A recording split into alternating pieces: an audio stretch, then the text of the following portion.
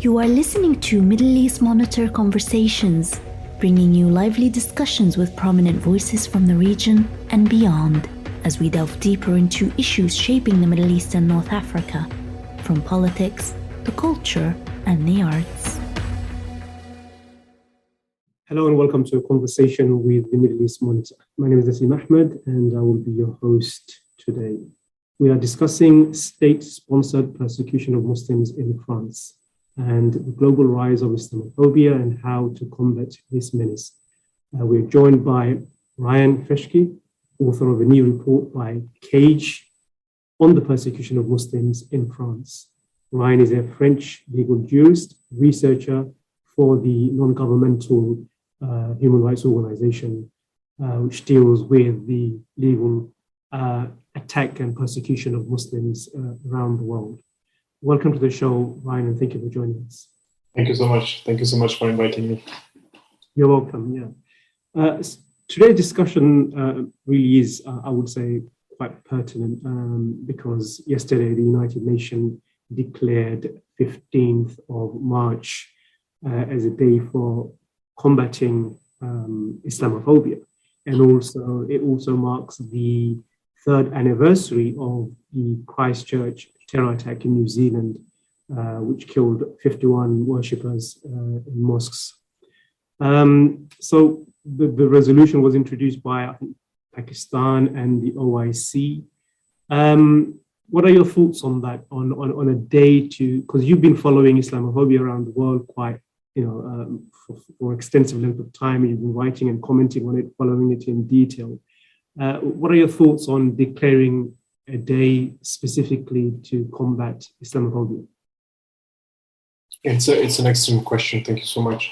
I think it's a very interesting step, an international step that allows us to raise awareness, to spread awareness on injustices that a lot of Muslims are submitted to in the entire globe, obviously. So we should regard it as a positive new element, which is going to ease our job, obviously. However, I do not believe that we should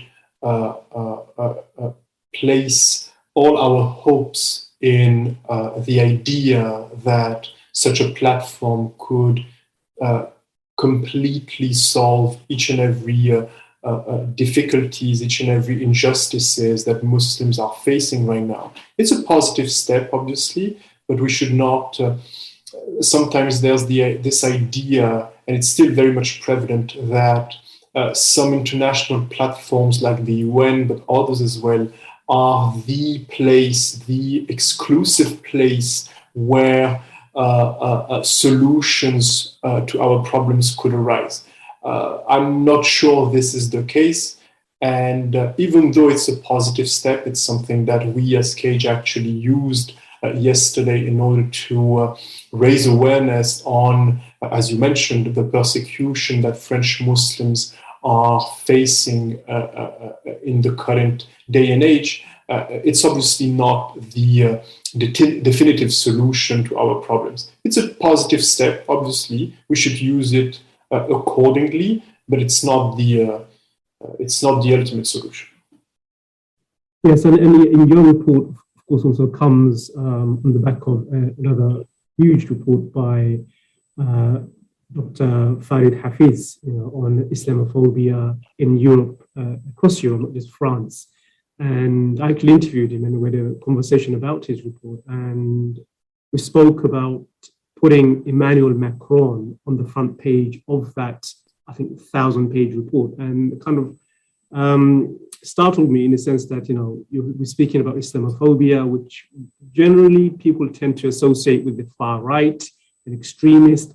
But here you are, a prominent report on Islamophobia across Europe, and you have, bang, from the front page, a picture of Emmanuel Macron, who's supposedly a moderate liberal, and doesn't exist in the fringes of society. So your report goes into a lot of depth about the extent of Islamophobia in France, how it's manifesting, and what it is underpinning Islamophobia within France and what's fostering it from its history, from its ideology.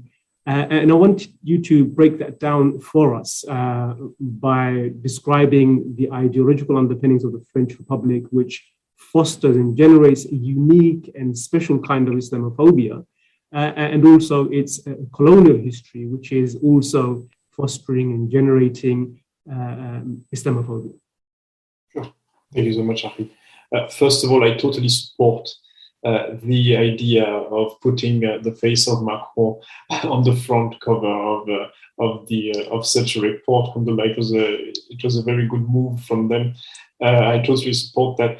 Yeah, for sure. The French ideological, philosophical, historical framework is quite specific, as you mentioned, and there are a few elements that I can here mention for you to understand why French Islamophobia is so deep and is so harsh, actually. So the first thing that comes to my mind is obviously the idea of laïcité. As you know, French has a very specific version of secularism, which is not exactly the same which you can witness, for example, in the UK or in the US as well. Laïcité is, long story short, is a philosophical or political notion according to which religion is basically a problem. It should not influence the social sphere. It should absolutely not influence the politics of a nation. And as a result of that fear, well, religion must be, in a way or another, restrained. Actually restrained as much as possible in order to avoid, according to the French, in order to avoid violence or instability. So that's the first thing that comes to my mind. Then obviously there's the colonial history. As you know, France was a huge colonial empire which was built on the conquest of Muslim lands. So obviously North Africa, but also West Africa as well, were conquered by France. And obviously the French colonization was extremely harsh, was extremely violent. And the idea that Muslims are second-class citizens, just like they were during the colonial era, is still very much prevalent. After all, we Muslims, most of us, are nothing but the offspring of those who were conquered and dominated by France a few decades ago, actually. So this is a feeling that is still extremely prevalent amongst French society. There's obviously another layer that should be here identified, and which is the war on terror. As you know, we are living this war on terror since basically 2001, and this is the major conflict, the major global conflict that existed since 20 years. And obviously France is part of it and has been influenced by the Islamophobic policies and the Islamophobic language that was fostered by the war on terror. So these are the three main elements that, when connected to each other, foster such a harsh Islamophobic atmosphere in France right now. Going back to laïcité and the foundations, ideological foundations underpinning the French Republic. First of all, I want to ask you, do you see laïcité, or are there people describing laïcité as a kind of supremacist ideology? And also, in your report, you speak about how the French Republic is a majoritarian tyranny. You mentioned that most secular liberal democracies, whether it be UK, the US, and many other versions of liberal democracy, which are more accommodating of minorities, the French version does not have any such rights for minorities enshrined in law. So describe that for us, and also how that manifests as a policy, and the fact that there are no safeguards, normative safeguards for minorities like Muslims and people from African countries within French society, which they would otherwise enjoy in other versions of liberal democracies in, say, for example, the US and also here in the UK. So break that down for us, if you may. Sure, obviously. So yeah, as you mentioned, France does not recognize the very existence of minorities, but I should here recall that they do not recognize minorities on their soil. They actually recognize minorities abroad. That's not an issue for them, right? But in France, actually, they do not recognize such a presence and such a very existence. This is directly connected, I believe, to the idea that, to another idea that is connected to laicity as well, but is the idea of assimilating different populations. The idea that the French ideological framework is the best one. It's the light, and everyone at some point, everyone who has some reason, is going to adopt the French way of life because it's the best one. It's the one that actually brings justice and intelligence and so on and so forth. So if you start recognizing minorities, you're actually starting to recognize a different way of life, a different culture, different religion, different beliefs, and so on and so forth. And obviously, France being such a generous nation, they don't want that for us. They want us to bring us to the light of laicité and so on and so forth. So that's the main idea. Very concretely, well, you clearly mentioned that there's no law, there's no legal disposition that protects any minorities' rights since we don't exist, right? And it goes as far as, well, for example, France signed and ratified the International Convention on Political and Civic Rights. It's a very huge international treaty. Almost the entire world signed and ratified it. However, there's a specific article on that convention, which, the Article 27, which protects the rights of minorities and more specifically the right to enjoy and practice their own religion. Obviously, this article is not applied, and it's an official stance by France. They said when they signed the treaty, okay, fine, we're going to apply everything except Article 27 because there's no minorities in France, right? So that's the concrete consequences. And since we are living in a democracy, as you know, democracy is basically the rule of the majority. Yeah? You need to be a majority in order to rule.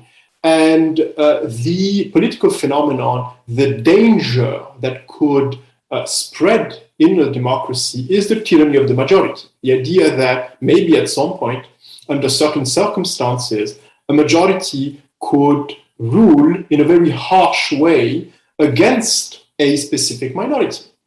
And in order to avoid that, it is believed that some very specific counterpowers or a specific legal framework protecting minorities could avoid the terrible consequences of this political phenomenon. I personally believe that such a phenomenon took place in Europe in the last century and actually led to two genocides, the Jewish one and the Muslim genocide in Bosnia. So it's accepted in the entire world that minorities should enjoy such a specific framework. But again, France being such an amazing country and France being a nation that cannot believe that its framework is unfair, well, they just don't implement such a protection. I'm laughing, but that's the real. Well, what you described to me is a version of ideological supremacy, a model of that. Of course, it's quite unique to France and many other extremist ideological groups we can think of. We will speak a little bit about later on the actual policies and how that manifests and affects Muslim communities a bit later on. But going back to your report, the main finding, the title of the report is state-led persecution. That's the actual title of the report itself. And you're using this term, persecution very specifically to describe a form of violation defined clearly under international law. So what is the persecution in legal terms set out in Article 7 of the Rome Statute of International Law, which you say France is clearly violating? Yeah, sure. So yes, persecution is defined in international law, the Statute of Rome, as you mentioned, and it's part of it's committed as part of a widespread or systematic attack against a civilian population, and it means the deprivation of fundamental rights by reason of the very identity of the group that is targeted by the state. Now, there are some interpretations, some legal interpretations in international law. We choose to adopt a specific one, which is an official one. We're not making anything up in here. And why do we believe France is actually persecuting French Muslims? We believe that there is a systematic attack that is targeting Muslims because of their identity. Why am I saying that? Because the main finding of the report is the systematic obstruction policy, which is an official policy that started back in 2018 and was established by Macron. Macron was already president of France. And such a policy actually targets what it labels as Islamism and Islamist separatism. And I need here to explain that even though the language used never clearly identifies Islam and Muslims as being the official target, when you actually go and seek the description of what is Islamism, what is Islamist separatism, you will see that the state officially recognizes some very specific behaviors, practices, as being basically signals, a form of description of Islamism and Islamist separatism. So what are these elements? We're talking about beard, we're talking about prayer, we're talking about being practicing the deen more during the month of Ramadan. We're talking about basically religious practice, basically. Exactly. I mean, basic Islamic practices. So this is the reason why we believe, and it's actually proven in the report, that such a policy targets exclusively Muslims because of Islamic beliefs and Islamic practices. So the entire community is targeted by such a policy. And if you look at the data, it's actually shocking. The official data mentions that almost 25,000 Muslim establishments were monitored and investigated by the state. We're also talking about 718 dissolutions or closures of Muslim establishments. We're basically, on average, we're talking about 24 Muslim establishments being controlled, being investigated each and every day in France since 2018. We're talking about 15 closures a month since 2018. So again, the main thing that we need to understand, the main point of the report is to say, this is not a policy that targets some of us. This is a policy that targets the entire Muslim community in France, and it targets them because of their identity, because of their faith. And this is what allows us to basically accuse them of persecuting the Muslim community. Now, you mentioned some of the ramifications of the number of Muslim organizations that have been closed down, mosques that have been closed down, Palestinian human rights groups that have been closed down as well.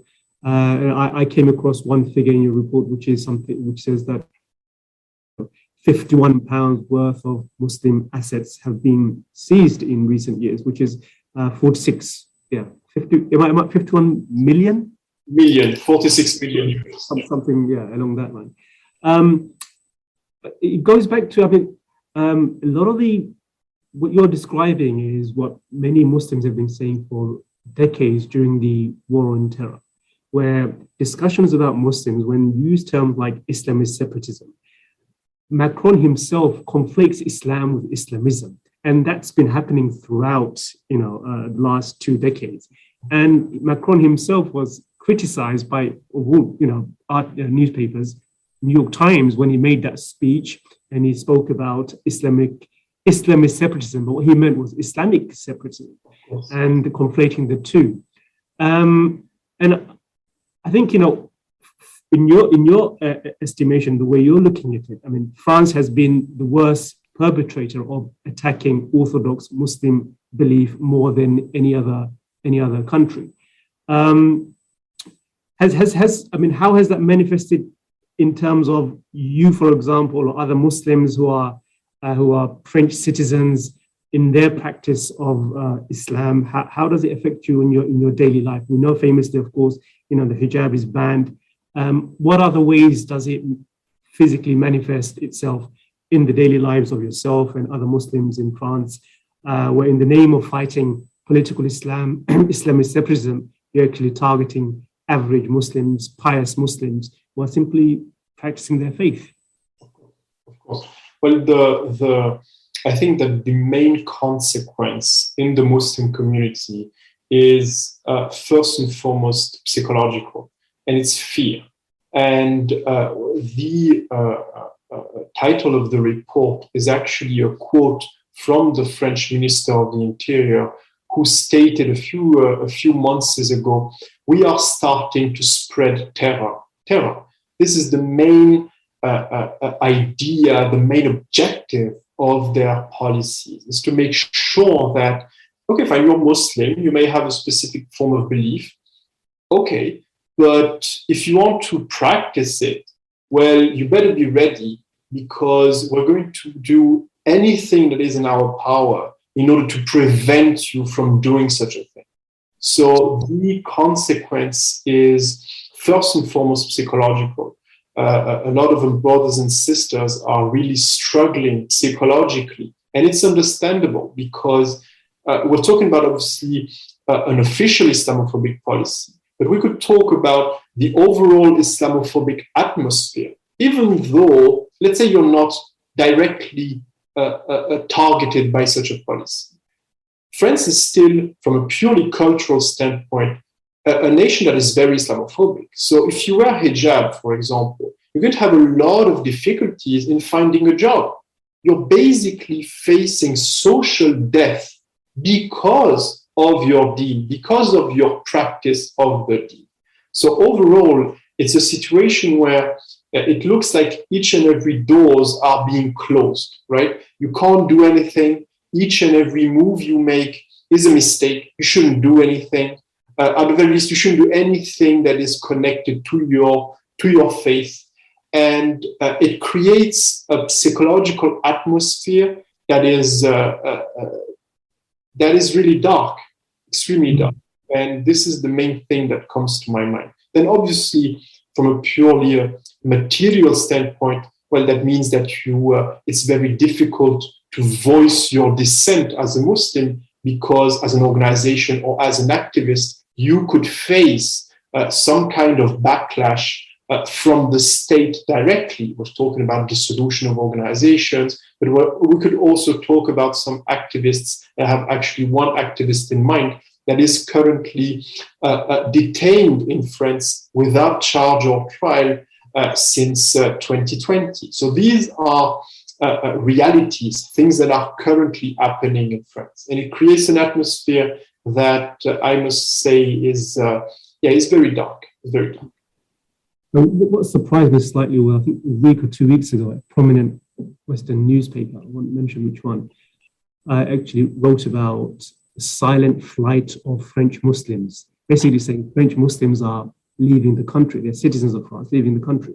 Do you see that? I mean, is that how true is that? I mean, because it's quite a provocative title, Muslims, citizens of France, are fleeing the country because of the fear of the state repression. Of course. We don't have any statistics. So it's difficult to identify how wide the phenomenon is, but the phenomenon exists. It is a social phenomenon. A lot of Muslims are basically flying the country. Those who have diplomas, those who studied a lot, who have very specific competences, those who can speak English, obviously, or Arabic, are those who have the better chances. And they are the ones who are leaving France for the UK, but also the US, Canada, the UAE, Turkey, and so on and so forth. So this is a social phenomenon that is currently existing in France. It's difficult to say how many of us are leaving, but for sure, it's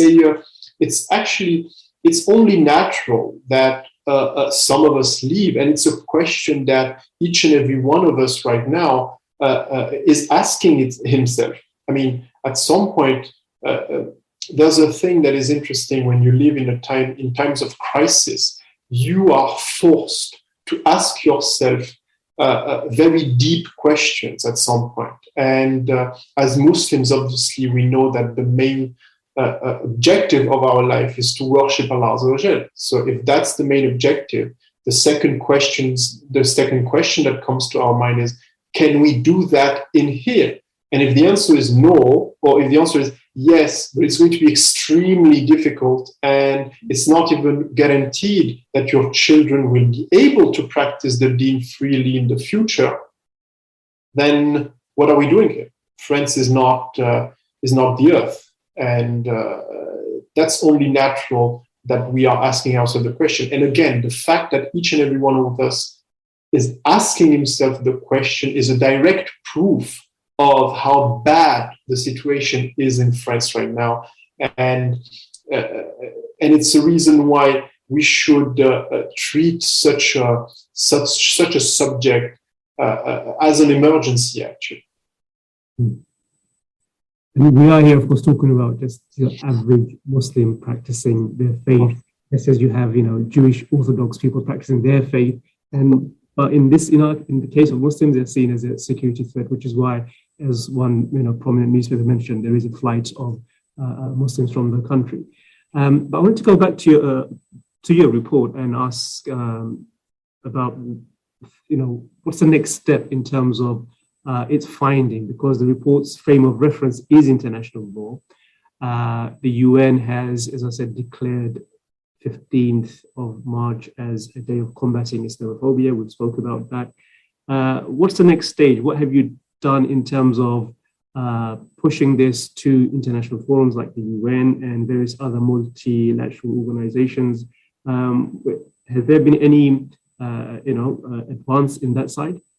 Yeah, we shared the report as much as possible with every NGO that is interested in defending human rights in the world, obviously, and institutional platforms as well, the ones you mentioned. But we, as an organization, we do not believe that these institutions have the power to completely solve our problems.